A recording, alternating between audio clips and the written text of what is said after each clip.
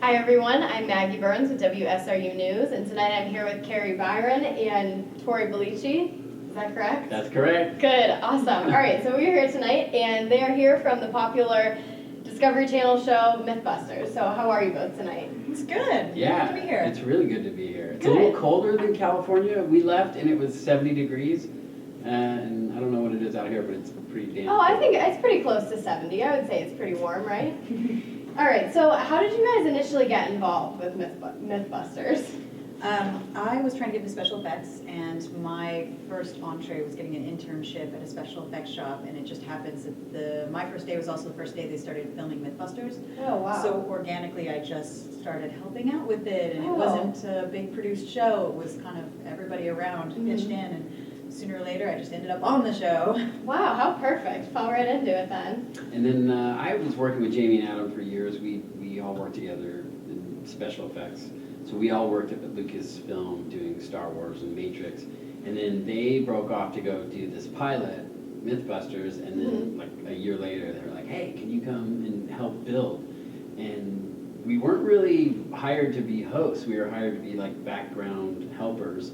And then it was like a few weeks into it, they're like, you guys got to become hosts. And Wow. Yeah, it was pretty frightening. So it wasn't expected to be as No. huge of a success as it clearly is. No, we all thought it was probably going to last a year. Wow. And it's almost been 10 years now. How Or it has been 10. crazy. It's almost I mean, 11 it years. became its own beast. It sort of developed as we went. Yeah. We watched the early shows. They're, really long cuts, and we're all a little bit awkward when the camera comes on. I mean, none of us had any sort of TV or acting background except for Adam. And, it was sort of the Wild West of cable back then. They were putting stuff on the air that was a little kind of risky. Yeah.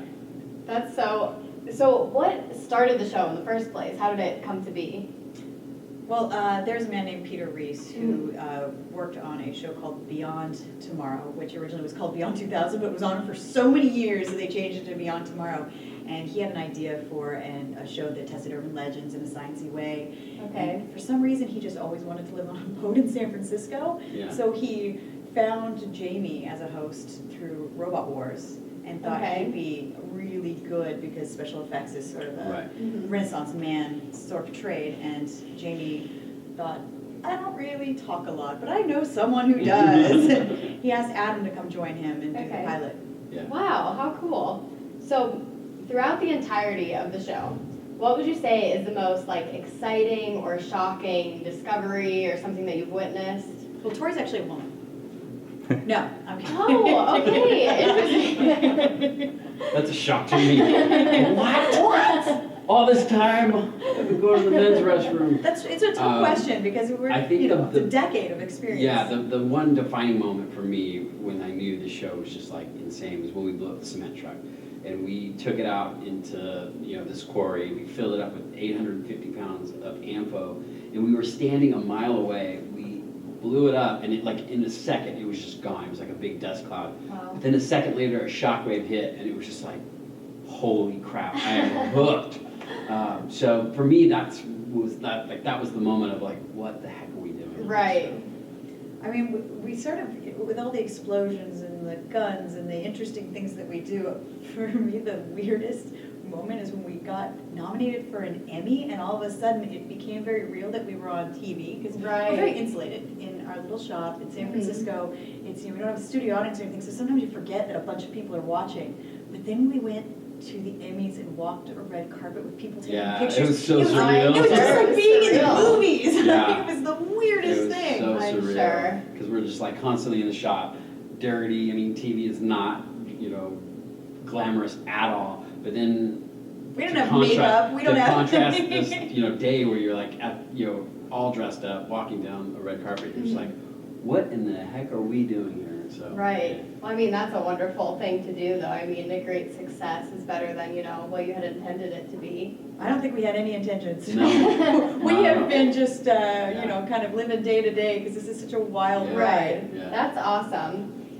With having experimented as much as you have on the show, do you ever worry that you're going to, run out of myths? Sure. No. Okay. You always make stuff up. I feel like as long as the internet is there and ridiculous stories get thrown out there, people will believe them. Okay. So The internet is perpetuating Yeah. misinformation continually. and We will people always switch love up. to believe crazy stories because it's just more interesting. So I think as long as that cycle continues, we'll probably still be busting myths. Well, and that makes sense. And with these crazy stories, do you ever have people like sending you fan mail or people coming up to you like asking crazy questions and expecting you guys to know the answers? Yes. All the All the time. time. Like getting off the plane, he's like, how do I get more hydrogen to my engine? I'm like, This literally happened today What? on the flight. Really? On this flight, Oh he my was like, have you guys ever tried igniting we're like, hydrogen? we're just getting on the plane now. What are you talking Oh my about? gosh, I bet that's overwhelming. Yeah. Yeah, it's all right. We can do it. As far as the myths go, we get probably 30% of them from the audience, so we're very interactive with our message boards. So we get most of the myths I think we do on the show have Yeah. always been from the fan base. So it's necessary, really, to keep Yeah. the show alive.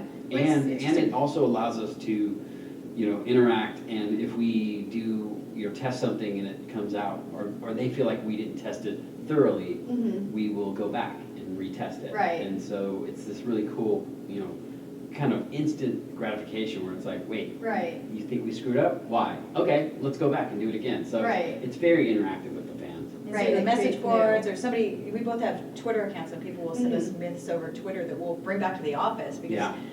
we read all of that stuff. We're like, hey, did you see this? Totally.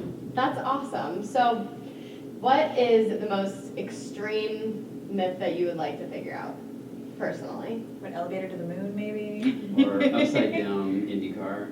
Is it IndyCar or Formula One? Formula One. It's the Formula One cars. There's a myth that there's so much downforce when they're driving, and that it's so strong that it can actually defeat gravity. So Wow. if you were able to drive it onto like this giant helix track, would it be able to drive Right. upside down? But nobody seems It's to very want expensive. to loan us a Formula One car. Right, that's a bit of an expense. But thank you both so much for sitting down with me. Everyone, Keri, Byron, and Tory Belleci from MythBusters. Have a great night. This is Maggie Burns, WSRU News.